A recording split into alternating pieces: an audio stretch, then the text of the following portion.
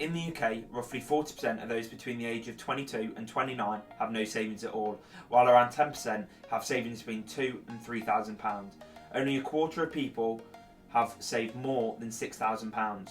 I find this figure quite shocking. I use the age range 22 to 29 as this is the key age group, I believe, where people are coming out of university, starting their career, and it's where they get their attitudes for money and carry it on into future life, into having a family, etc, etc. So this is the key age range where people need to be getting these attitudes in. And so today I'm going to be talking about key tips and tricks that you can be using to actually increase the amount that you save in, as well as controlling your budgets, etc, to actually manage your money better. So why save money? I believe there's 5 key reasons why everyone should be saving some proportion of their income every single month.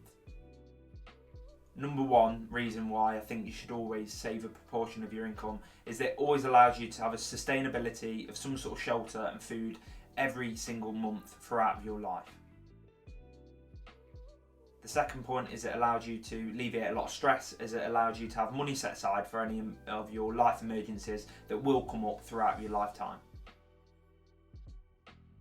It allows you to have more freedom, and especially more financial freedom, as it allows you to be able to not have to work every single day. If you want to change your job role to a different job role, it means you can, if you have to have a month off between, you can afford to have that month off without worrying about bills permanently. The fourth point is it allows you to plan for the future. It allows you to do things in the future, such as buy a house that you may have not been able to do. Even though you might not be planning on doing that right now, it allows you to have that option in the future. The fifth reason, and arguably one of the most important reasons, is that it allows compounding to take place. Especially if you start at an early age, it can actually accrue to a really large sum of money. Even small investments per month can accrue to a really huge amount of money later on in life. Take the example that you're 25 and you started investing £300 a month into an ETF which averaged 8%, which is roughly the average that the US market has got over the last 100 years.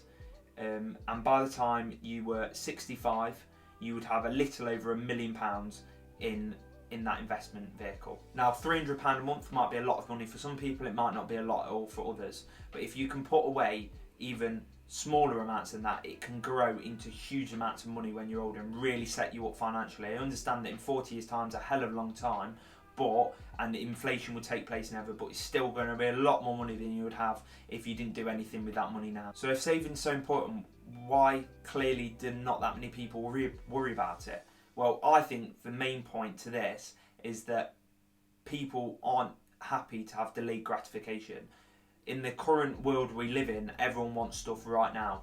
They aren't used to having to wait long periods of time. And the fact is, with this saving, you've got to put money away now for your future self, to benefit your future self, and some people just aren't willing to do that. And that's one of the first hurdles you need to get over before even planning on trying to save more money. So first of all, to even start to plan to save, you need to first know how much you're spending on bills and how much you're spending going out and discretionary spending. You need to plan this all out, and over a few months just record all your different bills and what your average spending is on stuff on a spreadsheet, and that way you know exactly how much money is coming in and how much money is going out. And this is where we need to start. Next, you need to start a savings goal. You need to decide what percentage or of your income you want to save each month. For example, 10% of your income. That's how much you want to save per month. You then want to look at the records that you've been keeping over the last few months and see where your main expenditures are.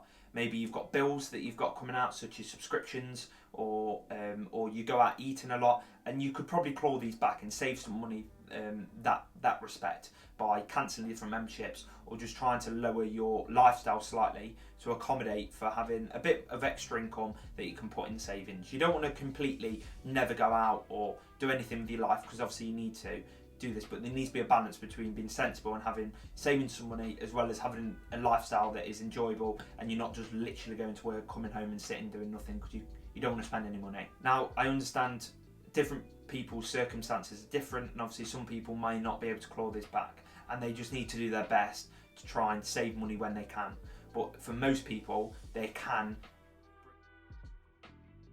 So now you've got a budget, you've got how much you know you want to, that you've got coming in and how much you're coming out and how much you want to save.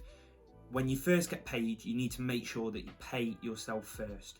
You need to make sure that the allocated amount that you want to put in savings every month goes straight away into your savings account before you've paid for any bills or you've paid for anything like a new watch or anything, any discretionary income. Once you've put money into your savings, you can then use the excess money to pay for bills and also discretionary. And because you've got a budget, you know that the amount you've got left should be able to cover these bills. Now, I'd also like to add to the end of this video that if you've got any high interest debt, you need to pay this off first. Use that savings to pay that off first before you start thinking about investing or anything else.